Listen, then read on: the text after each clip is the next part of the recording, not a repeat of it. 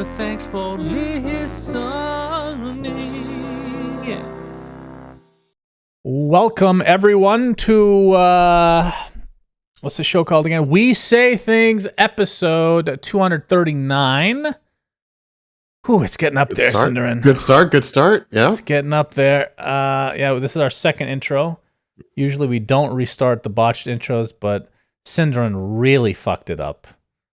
Well, technically I saved it, but we don't need to go into details. I left belches on, and people can't belch now. Is that saving fun from other people? Yes. Yeah. Okay. That's what I'm about. Just keep it clean, you know? Okay, very good. Let's thank our beautiful patrons who've been waiting quite a while. Thank you to No Matter Than a Hatter, Crownfall Enjoyer, Captain Broccoli, STGC Daniel, Humbled Bookmaker recommends Relic Arena, Pyrian won Belch Off and Took the Kids, Mr. I Love the NBA segment, the episode where the Celtics are the champions and Luka is a little whiny bitch. Except he spelled it like Winnie. Winnie bitch. He's a horse. Pepper Balls, T Coil, Q-Ludes is ready to praise the podcast. Yatoro does it against Cinderin, and Vlad, let's have Puppy on the podcast. And Disco Farm D, The Mega Pope, Zan Xavier, Nate Thicko01, Hamscroats, Shark TM, Janie Dop, Nothing to See Here, Yes Oui Vraiment, Wooden Aftertaste, Anonymous, and Otters Hold Hands While Sleeping to Keep from Drifting Apart, Mr. Niebling. I actually knew this one. Cute. It's very cute. Very cute. It looks very cute. Very wholesome. Wholesome indeed. All right, let's start this episode off with a bang. NBA segment, ladies and gentlemen. The playoffs have ended, and the Celtics absolutely destroyed the Mavericks as expected, 4-1. Not much to talk about. It wasn't close. And it's one of those situations where the Celtics were the best team all year, and then they had a very easy road in the Eastern Conference because there's not that many great teams. There's only like maybe two others that could have contended, but there was tons of injuries. Every single series was a cakewalk for them, and then including the finals, which I think is a bad matchup for the Mavs.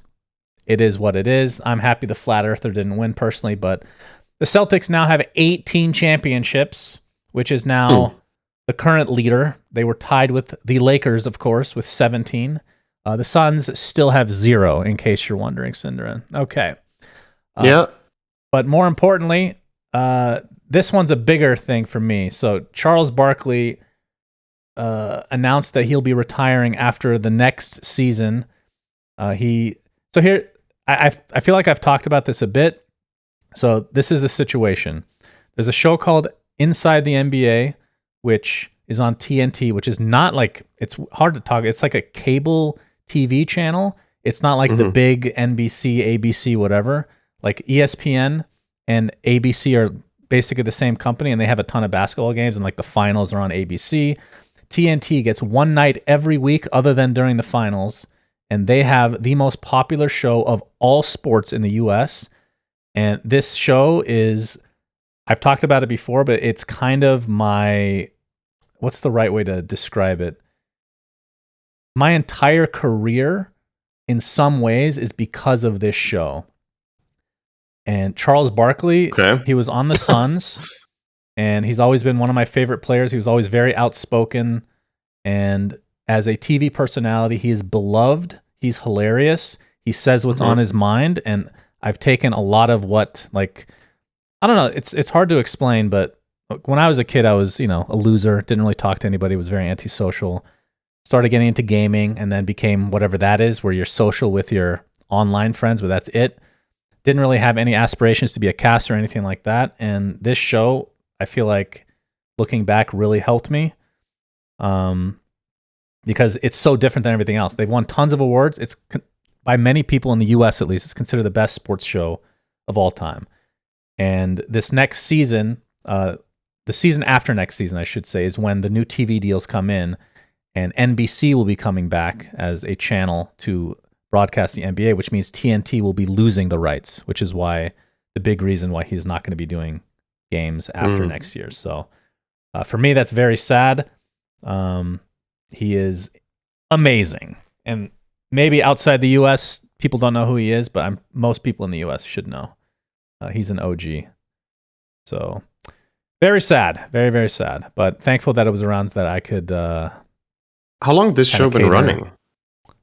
Well, long time. 30 years plus? Maybe. But he wasn't on there from the start, right? No. Because he was playing. Yeah, so, I mean, basically right when he retired, he was like mid-30s, maybe high 30s, late 30s. Okay. Pretty much right away, he came on as the analyst for the channel. So it's been between 25 years and 30 or something like that. So it's been a long time. Okay. But yeah, that's the NBA news. So we get one more year of the Chuckster. So have to enjoy that while we can. Let's talk about TI qualifiers. So we didn't do predictions for this, did we? No, I don't think so. Okay, I was just making sure because I can't see a document I've saved with it. So, all right, no winner this time, except everybody who qualified.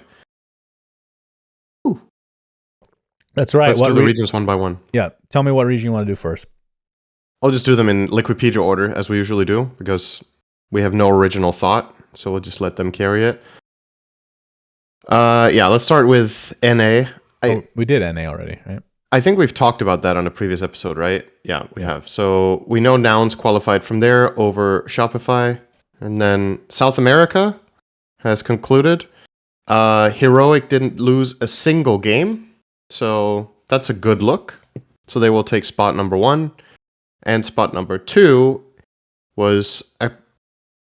Boom almost made the entire lower bracket run. They started in lowers as well, so they came in as an open qualifier team. That's obviously Pakaz, Dark Mago, Sacred, Matthew, and Yadomi.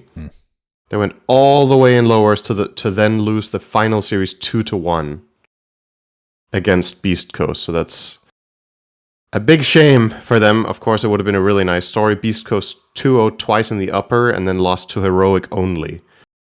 So I guess all in all, probably a reasonable outcome. Now, people will know Boom Esports players way more than Beast Coast, because this is not the Beast Coast you remember, since, who is it Beast Coast is now? They're like primarily, oh man, it's hard to remember all the iterations, because they've been moving around names, right? What was the last Beast Coast team? Asking the wrong guy. Why is this not coming to mind? Can't you? It's right here. Just check Liquipedia. Click on it. Look at. Yeah, I'm trying to find it, but it's just okay. Parker, Dark Mago, Sacred, Schofield, Stinger.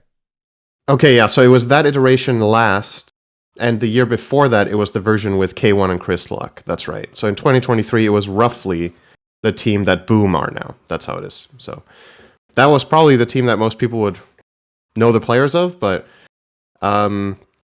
I would say on Beast Coast, I'm not particularly familiar with any of their players with the exception of Moose, and I'm really happy he made it. He seems like a good dude. So he will definitely have quite a lot of fans that are happy to see him go. But yeah, cool. It's a bit of a new generation thing as well. As we'll see in other regions too, a lot of the old guard did not make it this year. And I mean a lot of the... iconic. We started with Shopify in Western Europe. The trend just continues all over. So, okay, Western Europe. We covered this. We were casting a lot of the games. So I can go a little bit more into detail here. First slot went to Entity after they 2-1 Tundra in uppers. As a matter of fact, Entity 2-1 every series they played. But they only had to play 3 because they didn't lose. So they 2-1 Quest, 2-1 OG, and 2-1 Tundra. And then in the lower bracket, Tundra dropped down to then beat Quest in a 2-1 as well. So very close. The Tundra Quest series was very special because I think Tundra had literally the worst draft I have seen in a year in Game 2. And they fucking lost. So that was not surprising. I have no idea how they ended up with this lineup. I'll just mention it out loud. Carry Brood, 5 Techies, 3 Darkseer, 4 Terrorblade, and mid-Arc Warden was their lineup. I watched a good chunk of that game, and I had no idea what they were doing. So, but they didn't seem phased by it in Game 3, which is a good sign, right? In the upper bracket, you messaged me about Pure playing Lifestealer with Unfettered. Yes. and they lost.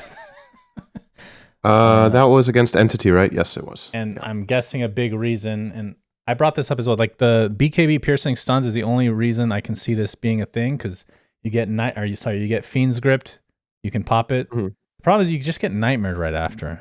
I mean, there's status resist, but it's weird. It's really And weird. in late game, you have 1,000 health less, which is insane. Now you're gonna have you know? 500 health less, but we'll get to that later. Yeah, we'll get to that. So, yeah, so that was Europe. I want to mention one last thing. Honorable mention goes to Navi Junior. I think they were very impressive for a junior squad. They got fourth.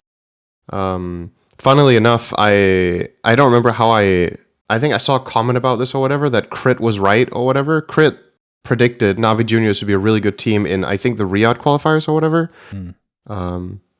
So he held them in high regard. I don't know if they've scrimmed against them. I'm assuming that's why he would know that these guys are good.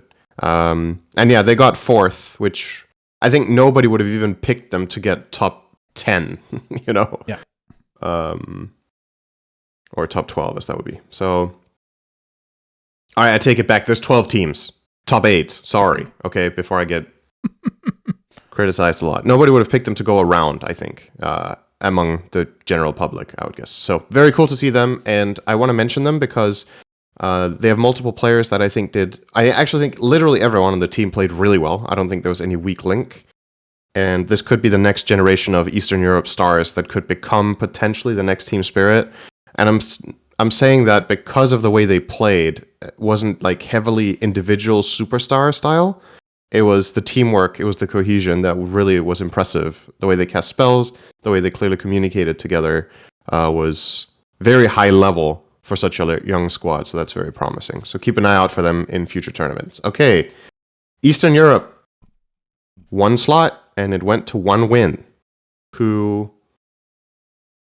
Yeah, they were a little bit challenged. They lost a couple of games. They went the upper bracket the whole way, though. So they lost 2-1 to... Or they beat Night Pulse 2-1, they beat Navi 2-1, and then they 2-0'd Yellow Submarine in the finals in two, I guess, relatively close games, but it was still a pretty clear... Or, sorry, no, that was the upper finals, excuse me. And then they 3-0'd 9 Pandas in the grand finals. So, very clear, decisive victory, I think is fair to say. Mm-hmm. And this is, I think a lot of people are happy to see this because this team also qualified for ESL 1 Birmingham, but then had visa issues and couldn't go. And people were like, I hope this doesn't like break the team that they missed this big opportunity because they're really good and hopefully they qualify to the next thing. They qualified to this. So that's very good for them.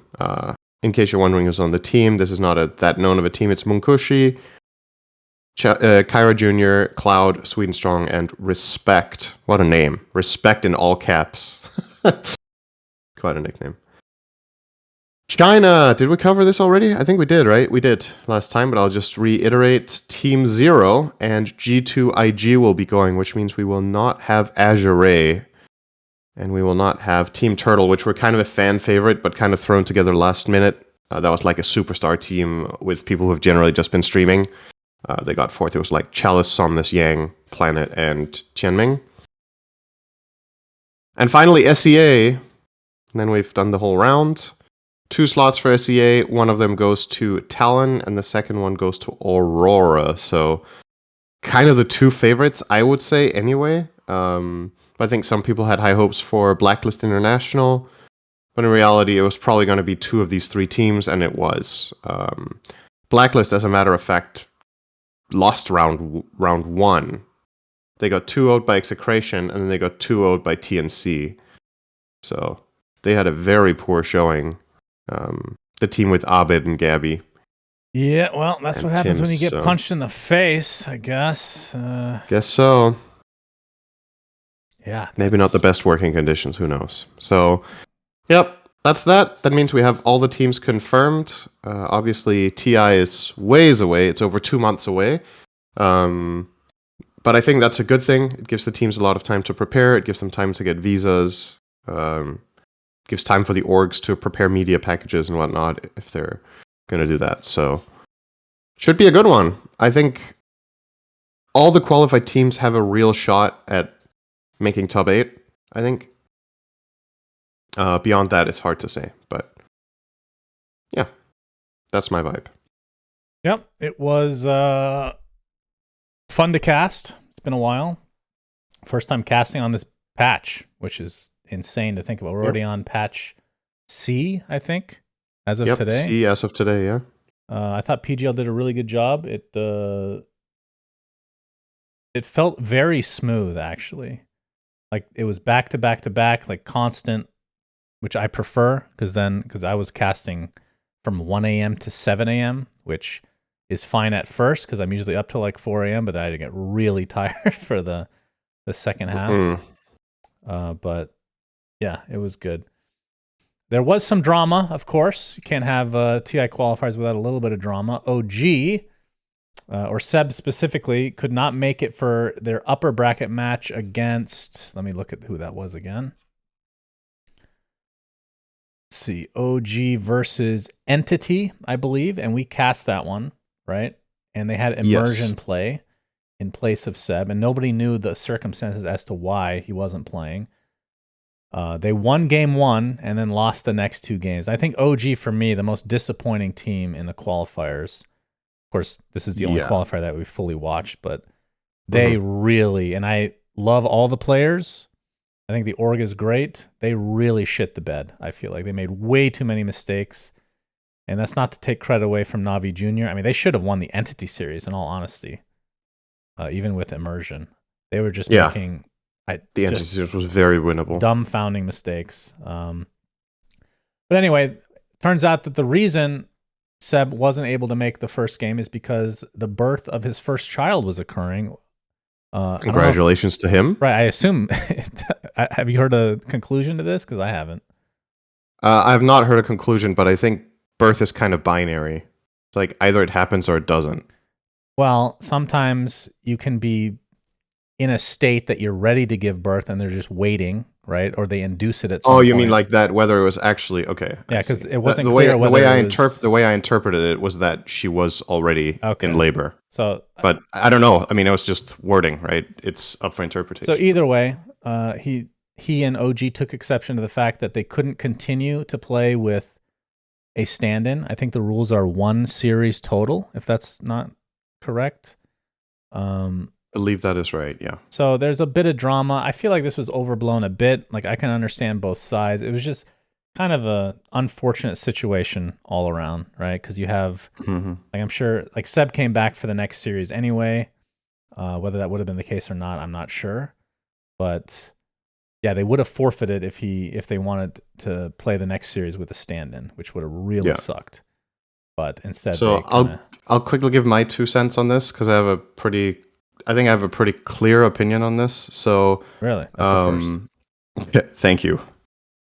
So I think Snaking was one of the most outspoken pros about this when the discussion was there, and I think he had a hit and I think he had a miss. But I'll focus on the hit, which was the rules were there for a long time, and if you have issues with the rules, you take them up before they become a problem. Like, so to clarify, OG knew that that these were the rules they signed up for. They had read them, and they contacted PGL in advance, way in advance, letting them know that this could become a problem. And PGL said, "We are not changing the rules for you." And then OG kind of just, went with it. Now, I think in those kind of situations, what you want to do is, if the rules seem unreasonable, you talk to other teams and hear them out and are like, "Hey, do you guys also feel like these rules aren't good?" Because it's one thing that you can predict that there's a high likelihood this could become a problem for you, but that doesn't mean it can't become a problem for any of the other teams, right? What if you have a player that gets sick? What if you have, other sorts of issues that could come with family or whatever, which is usually what causes absences in pro play, right?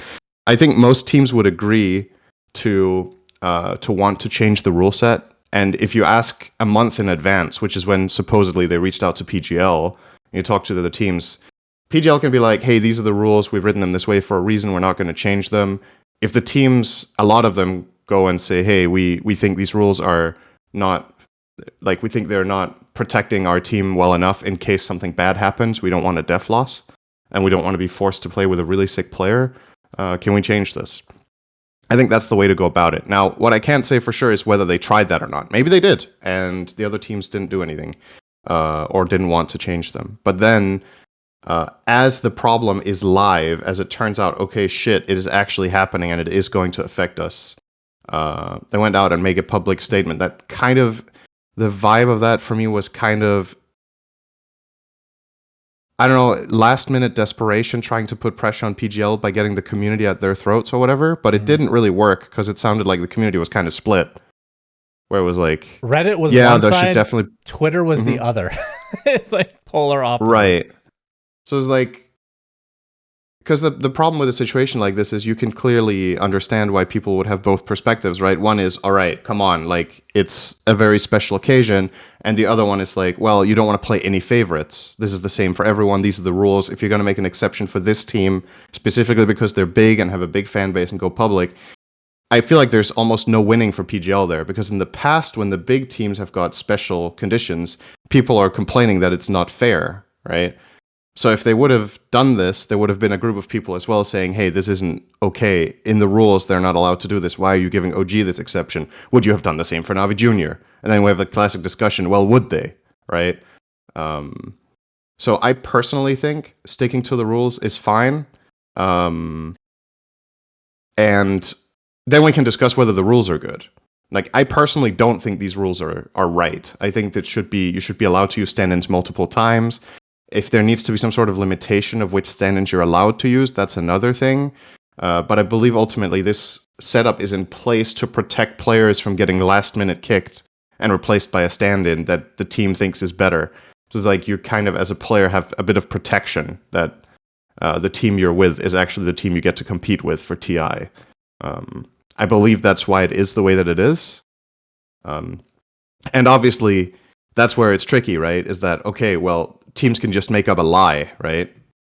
And then yeah, it technically could be abused. So I think that's why PGL was so strict with it, is that if they don't do that, they feel like the teams might just come up with an excuse or whatever to get in a superstar player that was available or whatever last minute or something like that.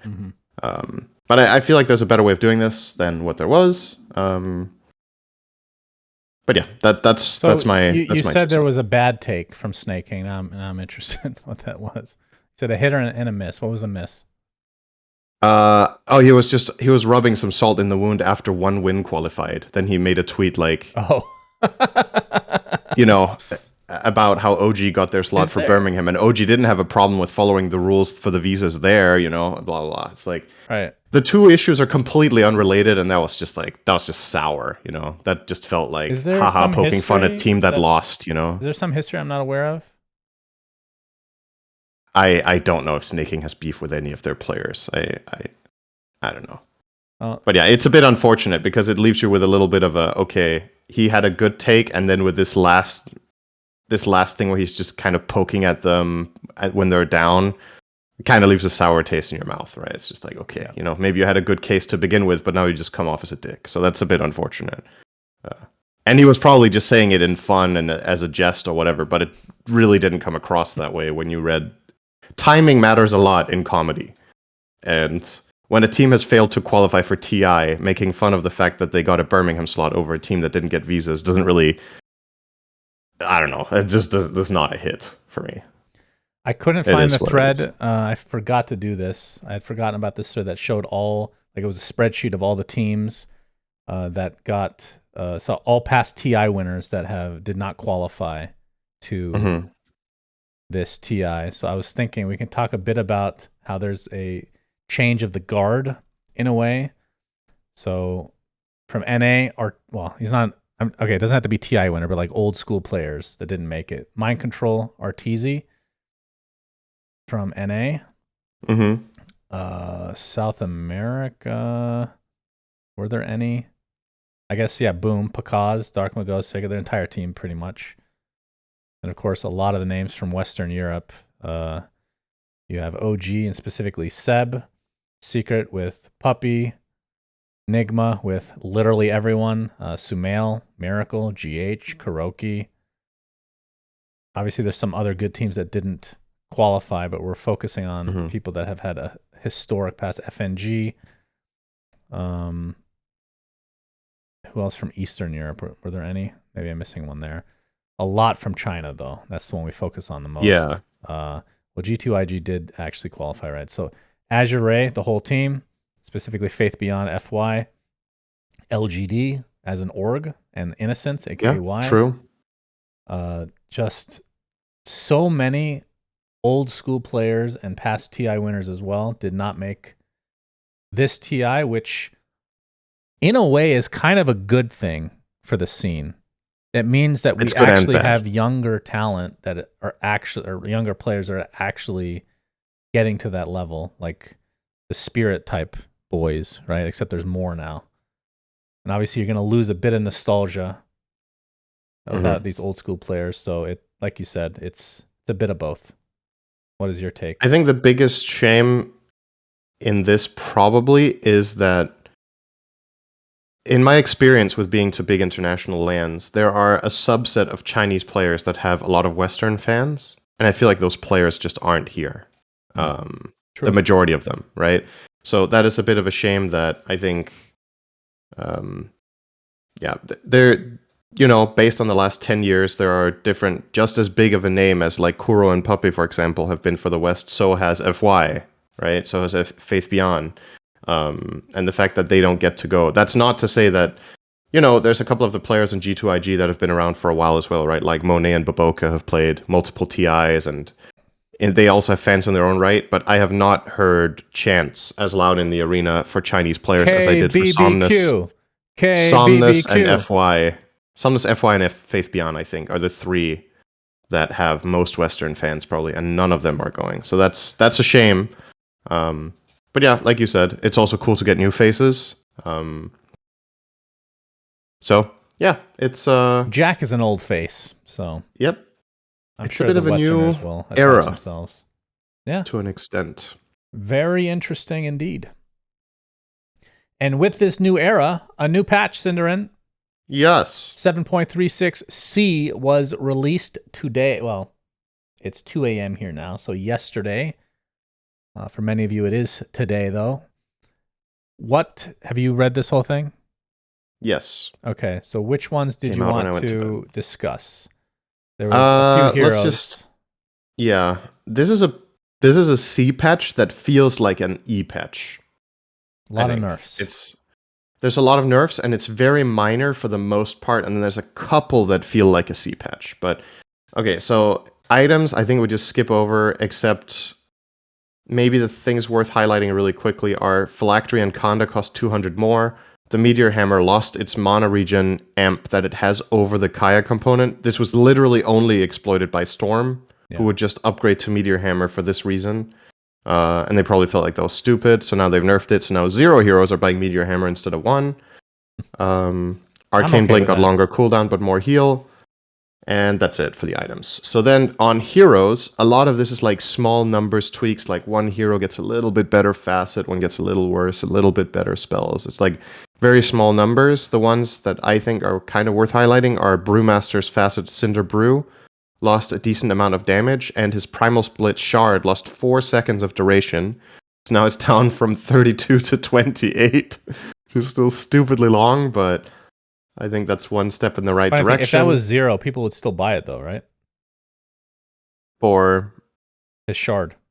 Just for the ability to exit early, or? Yeah.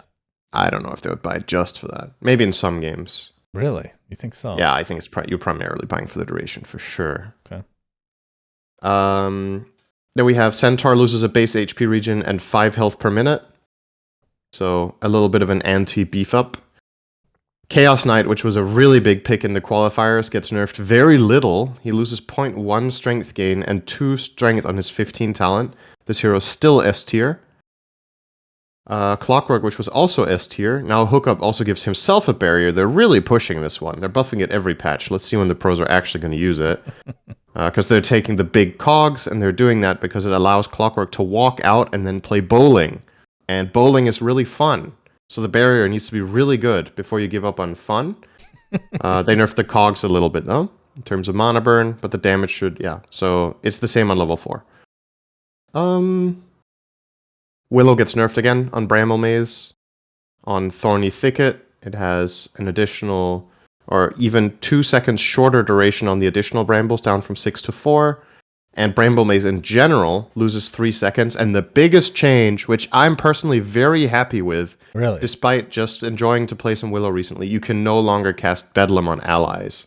You I really would like dislike this. You would like this one. I really disliked when they put this change in the game, because to me, this was what made Willow super unique as a support, was that she was an in-your-face support that could kill cores, but she had to do it and put herself in a bad position.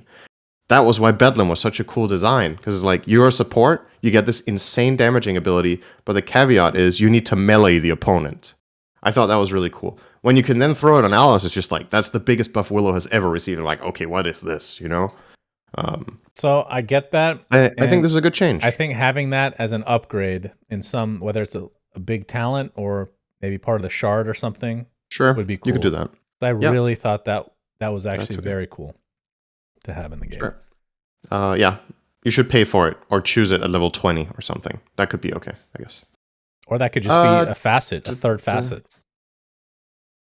I guess that's also a way to do it. Okay, Enigma loses 10 movement speed, which out of nowhere, so he's down to 280. And Eidolon's scale worse. This is a pretty big nerf to this hero. Deserved though, he was very high rated. Lifestealer's Corpse Eater. Wait, hold on. Oh, wait, you skipped ahead of Faceless Void, Cinderin. Yeah, they buffed Time Zone for the 7th time in a row. Yes. Lifestealer. Well, how many times have we talked about if something bad is buffed, and not just micro buff, like actual major buffs 3 times in a row? Yeah. That's a lot, man. This is probably going to be really somewhere. overpowered when people start playing it. Yeah. So why don't they start playing it? I don't know if it's good enough yet. We'll see. I haven't seen it in a game, so I have no idea how it feels. Lifestealer Corpse Eater loses 1 health per kill instead of +2, you get +1. So that is a major nerf to this facet. And it no longer gives max health when you kill units that aren't creeps. So you don't get a soul, quote unquote, from wards, cogs, and stuff like that. Similar to Shadow Fiend. But now you get +5 health from a hero kill, which is nothing to compensate for this at all. I don't know. What's the point of that one? You get 10 kills in a game, that's 50 health. Who gives a shit? When I read the number for killing heroes, I kind of chuckled to myself and I was like, why is this not 25? You could make this 100. You know? Legitimately, you can make it 100. Maybe not 100. 100, Cinderin. Okay? Dude, are you serious? That would be ridiculous. I think it could easily be 25. So, Ricky, I was talking to R Cryptic, the great R Cryptic, an NA caster that I'm friends with, and he and I are on the same page about this, and he gave a good suggestion that Corpse Eater as a whole, like whatever version of it, you can nerf it, whatever. It should just be part of Feast, right? It should just be part of the ability. That way, you're choosing between Rage and Unfettered. Like, that is the interesting choice of the game. I think that's fine, but apparently it's not to be. I mean, Feast... You could also make Corpse Eater the innate. Yeah, right? You make that the innate, and guess what? Feast is the same. You just lose 1 level, you just rescale it, because the innates that are already current abilities are weird anyway. So, I think that would be fine. Yeah. Okay. Well, his innate right now is you can deny creeps that are high HP, which is really cool, but you can just have both together, like whatever. Corpse Eater and the deny thing, right? Yep. Okay. Now, Shannon, for the biggest loser of the patch for no apparent reason, yes, Night Stalker gets giga nerfed. In my book, I don't know if this is as big as I think it is. Yeah. So first of all, the shard loses 5% health and health restore. Sorry, just health restore. It says. So it's down from 30 to 25 again, which was the old number. And now Dark Ascension no longer refreshes your cooldown of basic abilities. So what you used as Night Stalker during nighttime was that you would enter a fight. You would use both of your spells, and then you would ascend and use them again, and you would kill a support on the spot and snowball the fight from there. In addition, your level 10 talent that increases the duration of your ult went down from +8 to +6.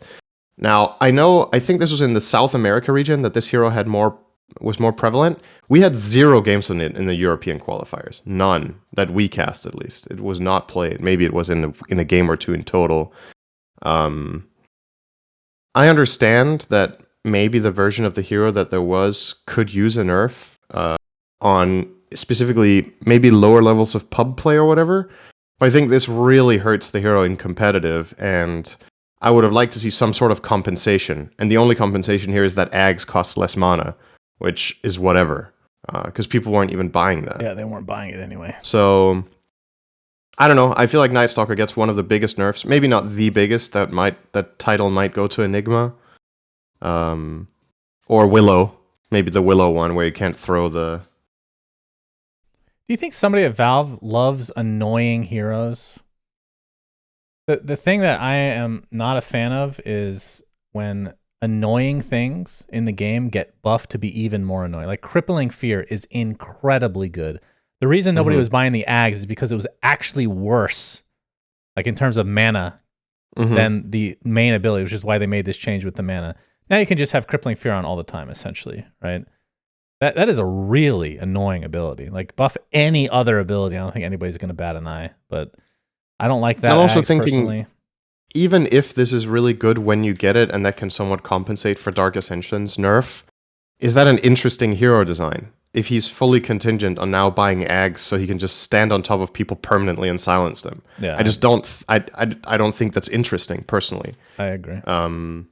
So What was his old Ags? It was the Void AoE, right? AoE Void, yeah, which had its uses. It was situationally very good. It was picked up in pro sometimes. Well, yeah, but then it got nerfed, and I think it was like cast point or something. Yeah. But yeah, I mean that one was okay. Yeah, I don't know. It seems like they're struggling a little bit with finding this hero's place. In some ways, I miss the simplicity of the old one, which is obviously easy for me to say because that was like my hero, right? But he would be way underpowered now. The game has power crept so hard that if you put old Night Stalker in the game now, he would have like sub 40% win rate probably. But you could have, I don't know, maybe reiterated a little bit on that instead of changing as many things as they have. But it used to whatever. be a silence and a mischance, right? Crippling Fear. Yeah, single target. But it had a pretty decent. Really? It had pretty decent cast range. So I don't remember that. It was like a 600 or 700 single target cast. So the way you could enter fights was that you would void one guy for the slow and the damage, and then you could silence whoever you wanted on the side. And then play like a heavy skirmisher. It was kind of cool. Anyway, all right. Next up, let's see. We choose Pango here as well. Okay, go ahead. We'll get Pudge. So Pango loses half a second on roll up, and some of his talents get nerfed. Primarily, the big one here is that shield crash barrier per hero decreases from 100 to 80 on level 15. I don't know why they nerfed the swashbuckle slash range talent. I feel like that's not the one people were taking, because in pro you're playing with shield crash. Wait, what is the other one? The other one's Lucky Shot related, I think. Yeah, it's the -4 armor on Lucky Shot, which is really good. That's the one they take? Yeah, the way. So my main reference for this is Noob from Quest, who was playing this hero as much as possible. He was the player of this hero on the qualifier, and he took the minus armor because all of your spells are now physical damage. So if you proc Lucky Shot, you deal a ton of damage, and you're really tanky with the barrier. So you just put every talent you can into making your shield crash stronger, and then you take Lucky Shot. Talent on level 10, and you hit like a truck, and you're mega tanky. And he got AC at some point as well. Yeah, that was his third item. If he's tried Deso as well. That's like, a bit awkward to use because you don't proc it with. Well, with Ags you do. Like I'm just talking about like it's a bit weird because you're getting it later, but yeah, just in theory it sounds interesting. AC is just generally a superior choice, but maybe both. Yeah, that's what I mean. It's both. PA +2 base damage, and she starts with 5% more evasion with immaterial. Still great. Sucks. Can she get some other facets? Pudge. I was raging about this one, Cinder. I was really upset. Really So upset. the thing that's funny about this is that a week ago, or whatever, when last episode was, I think this was, you were saying they're going to remove the projectile speed on Hook. Why did I say that? I said something after that. Because it's fun. Yes, exactly. I knew this was going to happen. Why? It almost felt like Heroes of New Earth Pudge, aka Devourer. It was feeling so smooth, but nothing in this game can feel buttery smooth anymore. Just have to have That's these. true. Even Ember Spirit had to lose his flow. That's right. His slow? What? His flow. He used to have very low cast points, and then they became 0.2, right? Yeah, they've condensed. I mean, they made some heroes better, like Jakiro, but that's like, if you go back and play that Jakiro or Leshrac from back in the day, my God. That's how I felt coming from Han. But yeah, this was like really playing sad. with ping. This one's really sad. This hero is in the eternal issue of he is the most picked hero in all of Dota, and because he gets picked so much, especially at lower levels, people get sick of it. So when it's actually good, they are pissed when they play. Do you think that that's gotten better? And I'm not saying it's been fixed, but I feel like the perception of Pudge in, like, unless it's a position 5 or something, sure. Generally, and maybe I'm just in a little bubble, somebody picks Pudge and it's not position 5. I'm not upset on either side because the hero is actually good. Like, yeah, you can misplay, you can play like shit, but that's true for any hero. This hero gets picked, I'm like, oh no. Like, I used to be like that. Even though I loved playing it, like, anybody picks it, it's awful because it just sucked ass. Now it's good. I would argue that the version we just had was not overpowered. I agree. But now he just got 4 nerfs. Yeah. Hook no longer gives move speed. Flesh Heap scales worse until level 4. You lose a second on Meat Shield, and your Rot Town on level 10 loses 5%, which is 33% of its total value. So he gets like these 4 nerfs, and it's like, this hero wasn't even that popular in the qualifiers. He was played a couple of games. He was good in some of the games when he was picked very late, which is fine, you know? But I don't know. This hero will just never... It's like this hero and Spirit Breaker just cannot be good in pro Dota and lower level pubs at the same time. They're either stupidly overpowered. Well, that's better than Sand King, who can't be good in any level of play for longer than a week. Just generally. Yeah, I don't know. It's Gabe's favorite hero. Maybe as some sort of like signal value from the developers here, and like, fuck you, Gabe. You know, like we've had enough. You're always chilling on your yacht. Come work. Who knows? Okay. Shadow Fiend, major nerfs. This hero was also King. You very don't want popular. Whatever. I know, whatever. I agree. He's still dead. So Shadow Fiend loses 1% move speed and attack slow on Shadow Rays until level 8, so it's just 1% worse on all levels. Necromastery no longer gives souls from killing stuff that isn't a creep, so wards, cogs, etc., consistent with the Lifestealer one. And now Shadow Ray's bonus stack damage is down significantly on lower levels, but it's the same on level 4. And finally, his 25 talent for Feast of Souls cast speed is decreased from 40 to 30, which I think is reasonable, because honestly, the cast speed you had with this and Kaya Yasha on Requiem was ridiculous. Like, you couldn't even react. Yeah. That's how fast it was. So I think that one's fine. I also think overall these nerfs to Shadow Fiend are fine. I think the hero's still good. So out of the heroes we've seen so far that got multiple nerfs, I think this one's reasonable. I think the Willow is reasonable, and I think the Enigma is reasonable, for sure. I think we'll still see this hero played. Okay.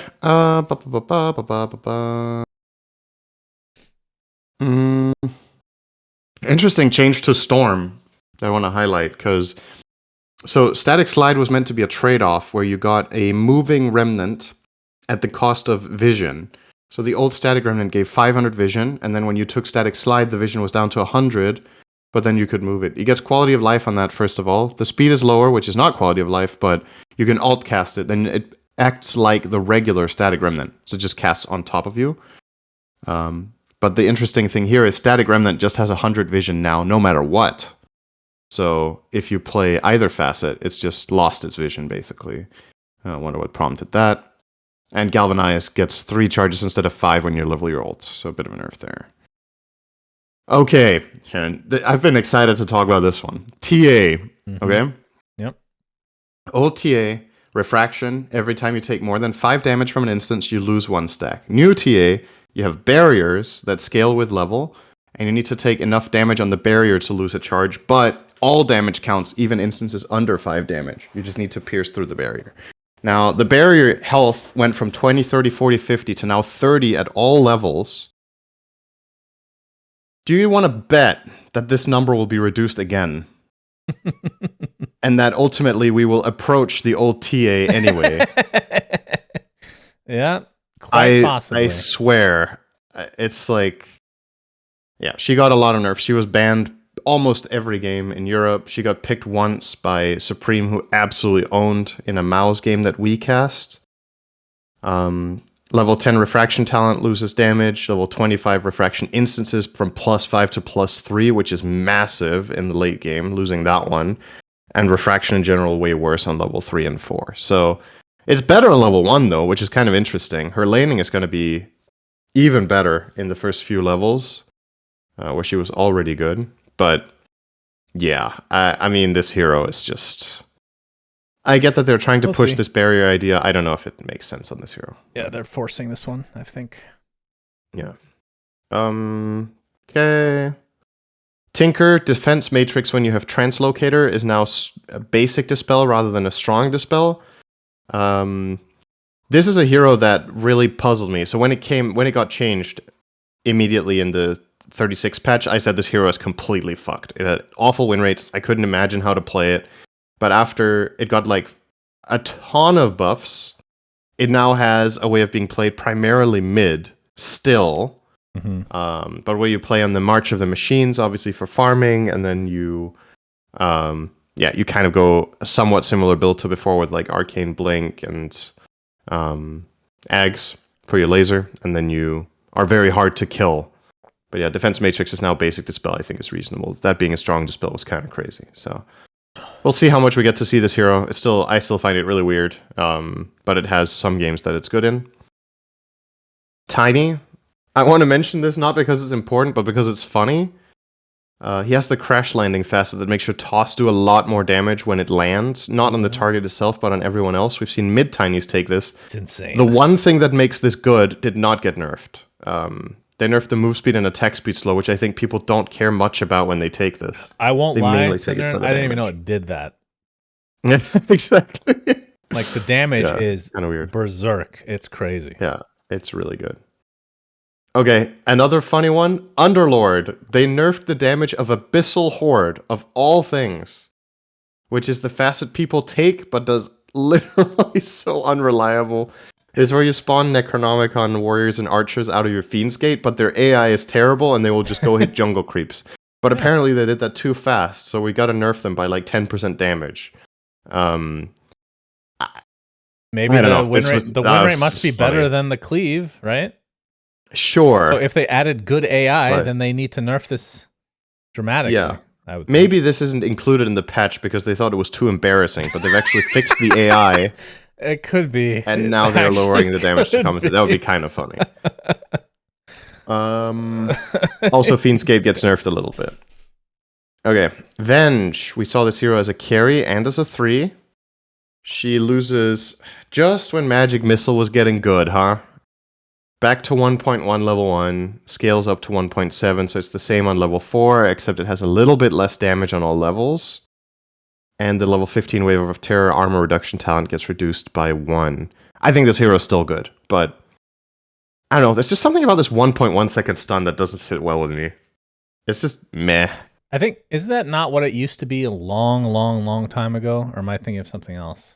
It depends how long you think ago, because a couple years ago it was like this, but many years ago it was better. So, yeah. Visage every patch, faithful followers for people that don't like to micro. Gets some other quality of life. I'm actually not even going to read it. Okay. Weaver. Another top tier pick of the tournament, was played as primarily 4 and 1. Sometimes 5. Shukuchi's Skitter Step loses 0.1 second slow from 0.3 to 0.2. Geminate Attack does 0 bonus damage on level 1, and it scales by the same as before, -5. And Shukuchi gets +5 mana cost. The 10 strength talent gets -1 strength. The 20 Geminate attack damage talent gets -10 damage from 90 to 80. A lot of small nerfs. I think out of all the heroes that got multiple nerfs, this is the one that got affected the least, I want to say. I think Shadow Fiend and Willow and Pudge's nerfs are bigger. And I think this hero is still going to be top tier, despite this. Then we have good old Witch Doctor, who was banned almost every game. The only team I saw get their hands on it was Nigma. Did they win? They won one and lost one with it. Voodoo Festeration, smaller AoE, and the self-heal is reduced from 50 to 25%, which is big. This facet was stupidly overpowered. So You think this let's is see this balanced one. in its current state? I mean, obviously you haven't seen it yet. I think it's a lot more reasonable. I'm not going to say that So this is balanced. I had a theory that Mhm. the old one, the one that was originally out, so the old AoE with no healing was actually Mhm. good, and nobody was wanting to play it. What do you think? Right. You think that's possible? Yeah, that's definitely possible. The AoE is like 100 less AoE is a big deal, though. Yes, it is. Because now the radius is not bigger than your attack range. So when you go and attack someone and you have the backswing of your attack, you lose range on Voodoo Restoration on level 1, which is quite a big deal because this was predominantly a way of completely crushing the lane minute 1, 2, 3, 4. And now you can outrange him and he feels more killable because he doesn't heal for half the amount. So, Right. yeah. This is a big nerf, but it's very deserved. Let's see. I'm curious now if the hero gets played in pro or if he literally disappears. Because as far as I'm concerned, in pro play, this hero was this facet.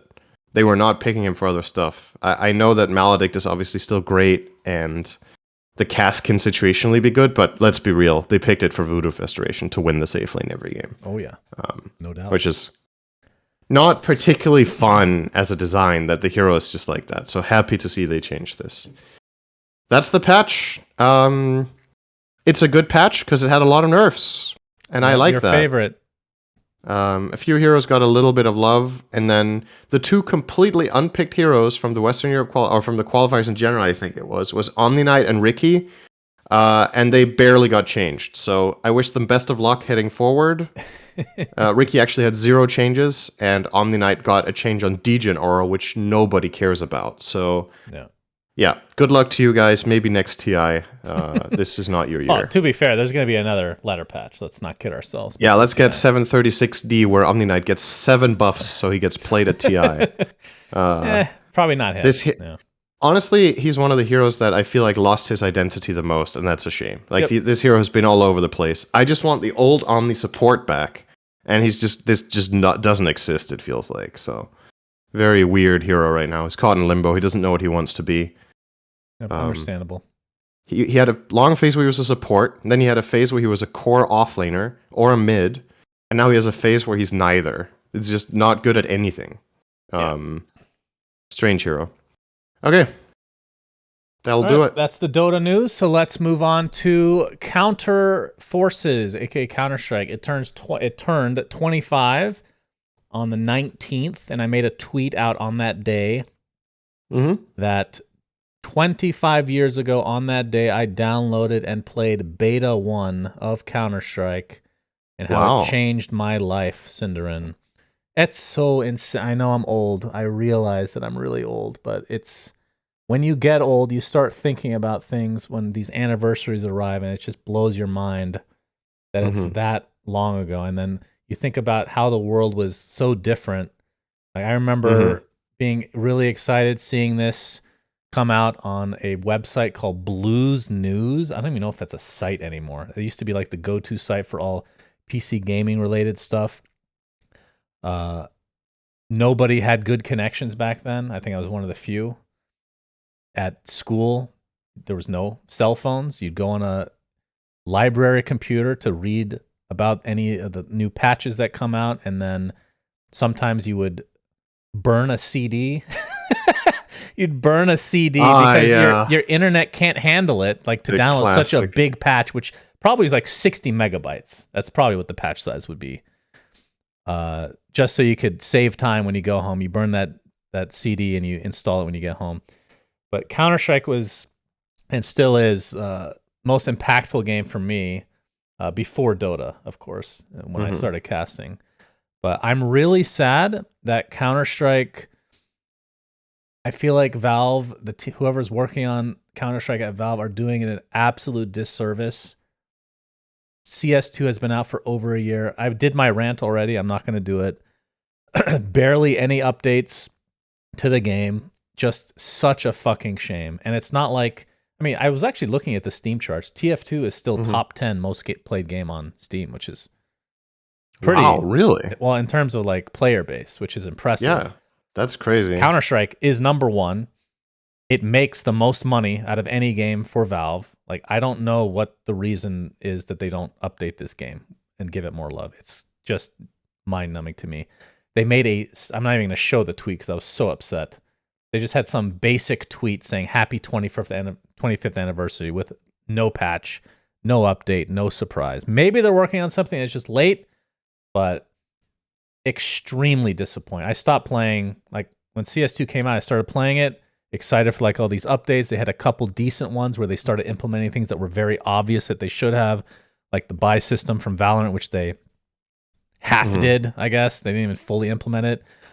And then we still have tons of cheaters. There's still just many economy issues with the game. I think in the full year, they've made 2 changes to prices of like weapons, like the Molotov or the incendiary for the CT and the M4A4 got slightly adjusted in cost, and that's it.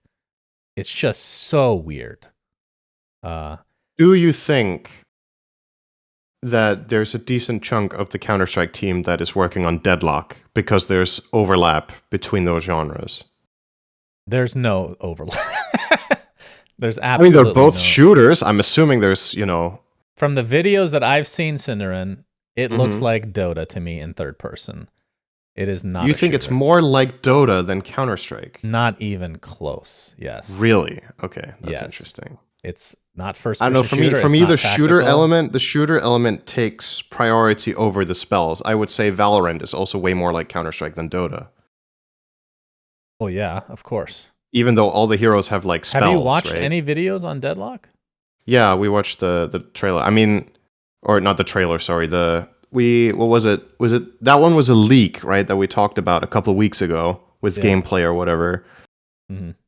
I don't know that. It doesn't look like Dota or Counter-Strike at all, but I don't know. It's just the shooter element for me makes me feel like, especially from a dev standpoint, that people that have experience making shooters would be valuable to have working on that rather than people that make Dota. But maybe I'm wrong. I mean, you're the guy making a game, so I don't think that's the case. But okay. I mean, there's Fair more enough. overlap between Counter-Strike and Deadlock than there is Counter-Strike and Dota. Sure. But anyway, this is the game that makes them the most money. So I don't know. I did have, again, I was thinking back all the old school stuff, me playing competitively and whatnot. And I still had a folder there was a time when I was kind of washed up playing CS Source. I was playing in Cal Main, which is like 2 steps under pro at that point. It's like not even tier 2, maybe 2.5 or something. And I was trying to make a frag video, and I lost most of the clips, but I do have one clip that I wanted to show because to me, it was you're gonna have to turn on the stream for this one. It was the coolest shot that I ever had in Counter-Strike. By the coolest shot that I recorded, let's say that, because I didn't really record that much. Because again, back in like 1.6, like I didn't even know what recording software was, So CS Source, it was more of a thing, I guess. Like streaming still wasn't a thing at that point. So I'm gonna play it right now. This was on a map that has not been remade in CS2, which is a bit of a shame, called Contra. And I was an opper back then, so here it is. This is not going to be good for audio listeners. So after this shot, I'm going to play it one more time. So I'm going through this thing we called plank, and I see a guy, and I basically just do like a jumping headshot through the wall, and my entire team thought I was cheating. Like, and the people that I knew, they actually thought I was cheating, and I was very happy about that. So that's unfortunately the only real clip that I have from like back in the day, which that was still when I was like pretty washed up, but just so many good memories centering with Counter-Strike. I miss those days, even though I was a loser and I had no job. I was a deadbeat piece of shit. That's specifically why you miss them, is the degen lifestyle. You've lost it. Yeah, I know. You've become a normie, Shannon. That's why you need to live life like me. Go to bed at shit o'clock. I do. I go to bed at 4 That's actually true. a.m. You already, Well, yeah, I that's think true. the You actually difference do is that. for Dota, I never. It sounds weird because I know Dota is a very competitive game. Obviously, we cover it. I never was very competitive playing Dota. That's why I don't play ranked Right. anymore. It's just too frustrating. I never tried grinding to get MMR. I don't fucking care. Counter-Strike, I really cared. That's probably the only game I ever cared about being good at. Right. So I miss having that feeling, which, when CS2 came out, I'd play with friends and we take it semi-serious. Like I'd get very upset at times because I just can't play the way that I want to play, but just losing interest over the game over time because the Valve doesn't update it. So happy anniversary, Counter-Strike. And remember, Beta 1, they didn't even have diffusal maps. I think I said this before. It was CS Siege. Yeah, they only had the CS. Yeah, with yeah, the yeah. only map. And I remember Siege, actually. So Siege was classic. It's hostage rescue. I didn't really like Beta 1 through 3 very much, but I played them because there wasn't that much to play back then. And then it wasn't until Beta 4 that Dust 1, diffuse map, and then I think Nuke maybe came out at the same time. The Dust 1 changed everything. That is when the game started exploding.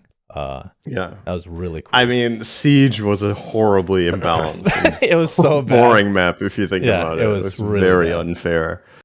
But yeah, you made me think a bit more about the whole deadlock thing, about what it is. I'm trying to remember all of the scenes that we saw were with guns, right? And then there was one character that was there a character that was melee? Am I remembering that right? I don't remember. Anyway, no, we'll see. Maybe my first gut instinct is wrong because the more I think about it, the more I see what you mean with the Dota thing. But honestly, who knows? Like maybe they've pulled from both teams to work on that. Obviously, the work doesn't happen out of thin air, right? But True. if it's usual Valve style, then people kind of get to choose. And I think a lot of people at Valve, for multiple reasons, will choose to work on a new title. Number one, if the title is very successful, you can take claim to probably a significant bonus because it's a new feature and Valve loves new features and they love rewarding people that make new stuff that is valuable over people that maintain stuff. That's just been on record, right? We have people talking about that from previous Valve employees, etc., that's valued higher than maintenance.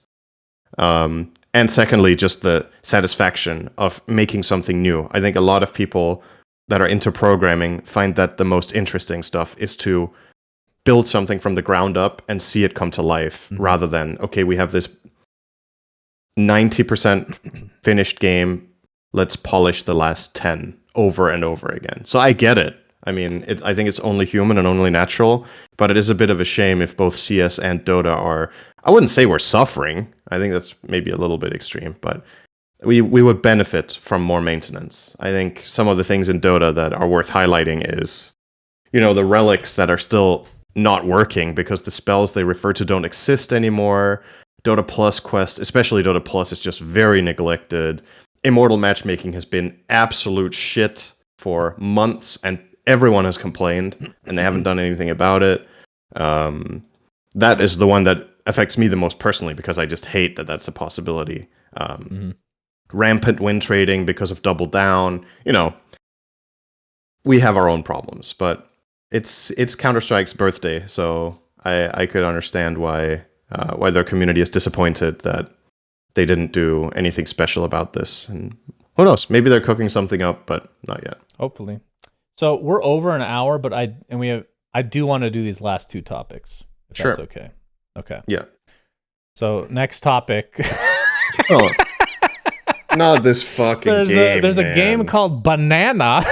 Oh my god. And just whatever. All right. Get done with it. It's a clicking game where you click a banana. That's literally it. And there's a chance when you click it, you can get cosmetics that you can sell on the marketplace. Okay. It is described as what was the actual quote? Shit. Let me search for the word legal. It wasn't that one. Oh yeah. The game is described by its own creator as a legal money printer. So what's happened is you now have a shit ton of bots that just click on this banana to get these potentially big rewards that you can sell. Some of them sell for 3 cents. Some of them sell for just under $1,000. And you can look at the Steam charts that I'm showing now. Banana, with the current players right now, 650,000, just 3,000 less than Counter-Strike at the moment. And I hate people. Have I told you this? I'm gonna refresh this to see if it's God, updated. man. Okay, so there is another game. There's some games that have been copycats. I believe this is one of them, which is called Cats, which sounds more intriguing to me than a banana personally, but who am I to say? So there's been questions on whether this should be allowed, if Valve are gonna do anything about it, because if you're Valve, like, you're making money. But it is kind of embarrassing that one of the top games on your platform is Banana, you know? I don't know. What do you think, Cinder? It sounds like you're a big fan of this. I think genre. this is a shit genre, and that's it. That's all I have. Fuck that, man. Whatever. I would, at the same time, let them have that game, right? Like, whatever. If it isn't breaking terms of service, if it isn't causing active harm, effectively, the way I understand this is that it's kind of like NFTs, right? Where it's like you're just printing items and then people assign them a value based on rarity, and that rarity can vary. If it isn't happening in Banana, it's happening somewhere else, I guess, right? So it's just some creators taking advantage of that desire that a lot of people have. So having that regulated on Steam, I guess, is fine. The question is it regulated? Mm-hmm. That would be my biggest concern. Is this actually being looked through correctly? Because this is where the devs, in a game like this, the devs can completely destroy the economy at a whim, right? They can just be like, yeah, these items now drop 15 times more likely. So imagine you're a dev and you somehow, get access to, or other players or people have access to valuable items, and you have full-on insider info. They sell this stuff, and then you just make the drop rate increase by 100%. What's the difference between that and Dota doing that? That the Valve is the dev in Dota. So just because Valve is trusted. I trust them a bit more than I trust Banana Gang. Yeah. I have to say, I'll go out on record and say I think Valve are more trustworthy than Banana. To be fair, they did do that in a way where they ruined a bunch of items worth, right? Yeah, some it's true. I mean, were worth a lot before. I say that, and yes, it has absolutely happened before that rare items in Dota have changed. So it's just there's no guarantees for this. It's what I'm thinking is in Dota, there's been like individual items where this has happened to out of redesign or whatever. In Banana, you could crash the entire market, right? With I don't know, maybe I'm overly skeptical or whatever, but it's not like the Dota. Is it the free main to thing play? that's I'm gonna check. Yeah, I think so. The main thing that changed Dota's marketplace over time was trade restrictions was a really big deal, right? When that came in, that really did a lot of damage to the trading scene. But arguably, it depends on your perspective, right? It also offered protection, which was really valuable. It was an anti-scam measure.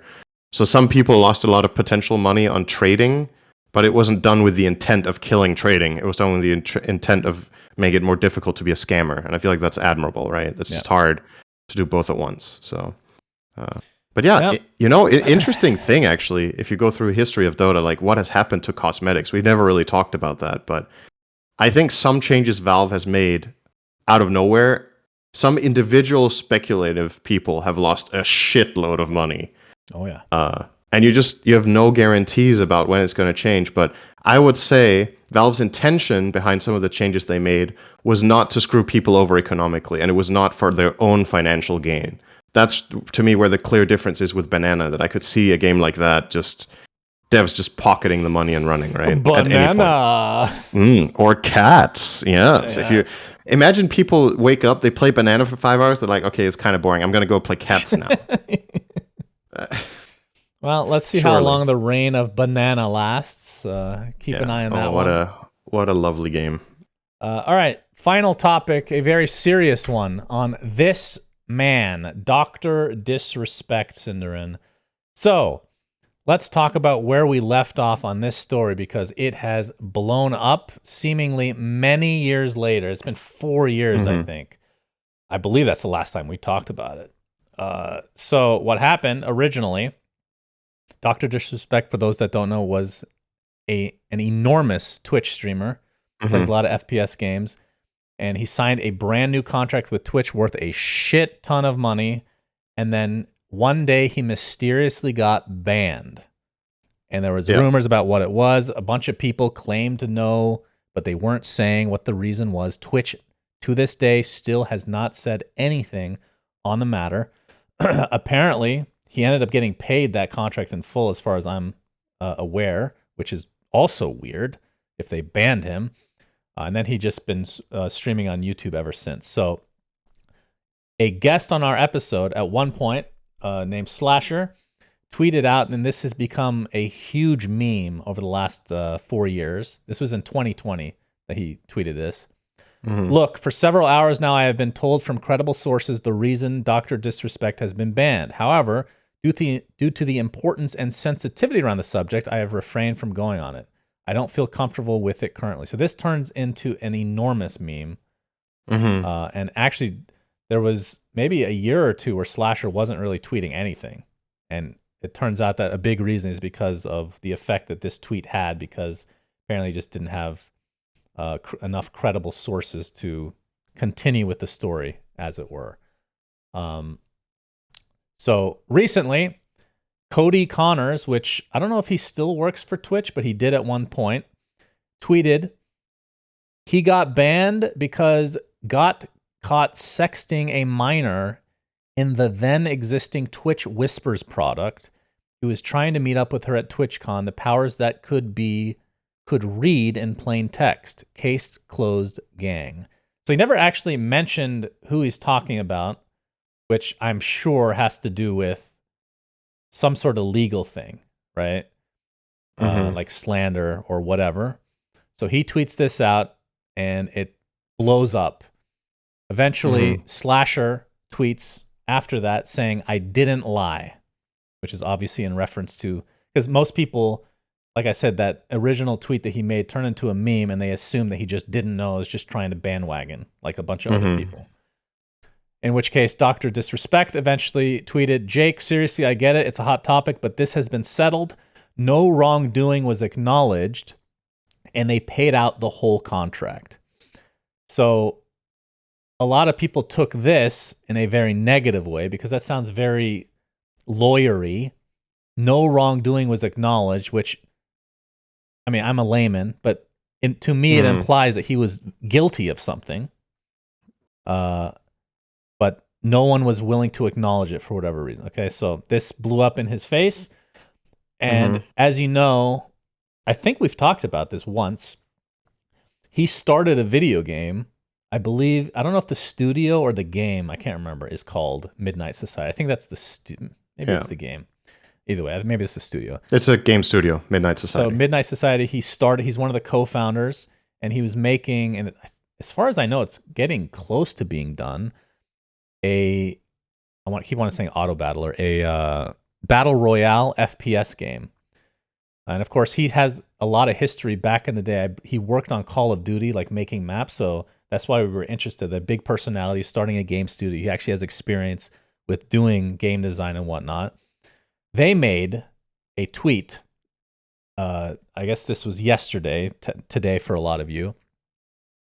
On Friday evening, we became aware of an allegation against one of our co-founders, Guy Beam, aka Dr. Disrespect.